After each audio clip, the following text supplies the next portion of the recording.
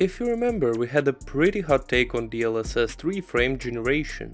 We stated that it is only useful in a few particular scenarios and doesn't work like an FPS multiplier or something.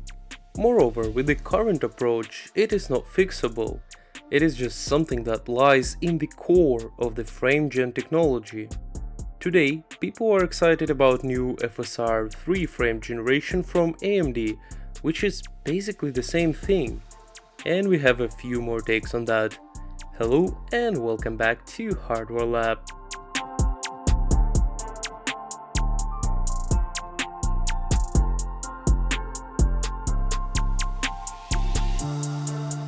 There are two advantages of having a high frame rate: better control of the game due to reduced input latency and smoother visuals.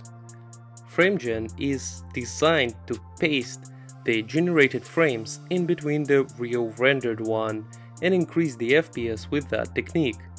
Obviously, since these frames are not processed by the engine, they have nothing to do with the game controls.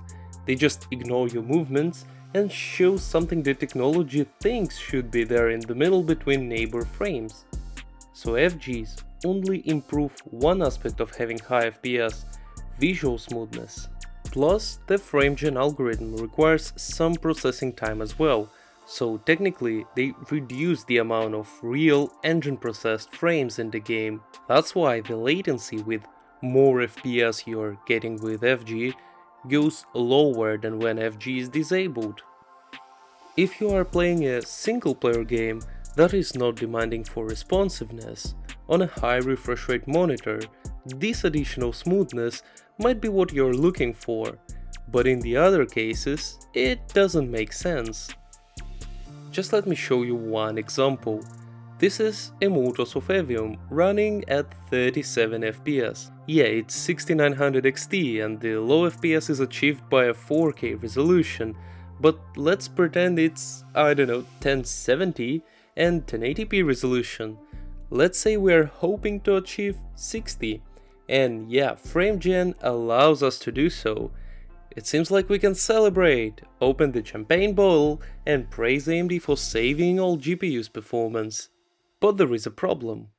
This video was recorded at 240 FPS, and it is not the most accurate method to measure the latency, but it's the best my phone could do.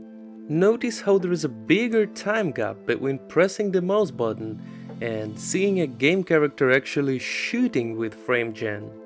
In fact, the game that is under 60 FPS originally, with turn-on FrameGen, feels like you're playing on a cloud server or something. It is true for both Nvidia and AMD frame generators. So no, it's not a good way to reach 60 or 30 or whatever FPS for old GPUs. There is no magical performance multiplier on the market, despite Nvidia and AMD wanting you to think so. But there is a pretty good solution to improve your real performance with just a minor quality loss. Yeah, I'm talking about reconstruction, you know? FSR, DLSS, TAU, and whatever custom solutions are there in games.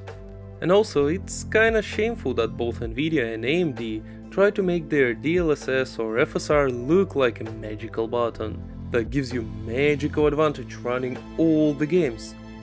No, they are not. There are different technologies: reconstruction, frame generation, ray reconstruction, etc. You are not getting 3 times more FPS with better graphics by pressing the magical button. Don't be fooled.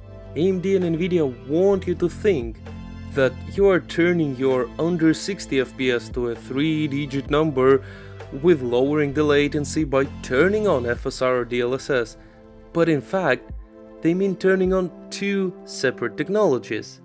They are not showing you the comparison with simply switching on and off the FrameGen, because it wouldn't impress you that much and would highlight the latency problem. But in reality, you luckily still have an option to play with reconstruction and without the FrameGen. Companies just gave the technologies the same name to legitimize the number that has nothing to do with real FPS, and you shouldn't be fooled by this trick. Well, thanks for checking out this small, tricky, magical button story, and if you're interested in PC and console gaming related content, consider subscribing and sharing that video with someone waiting for downloading free FPS. And as usual, stay up to date with HL.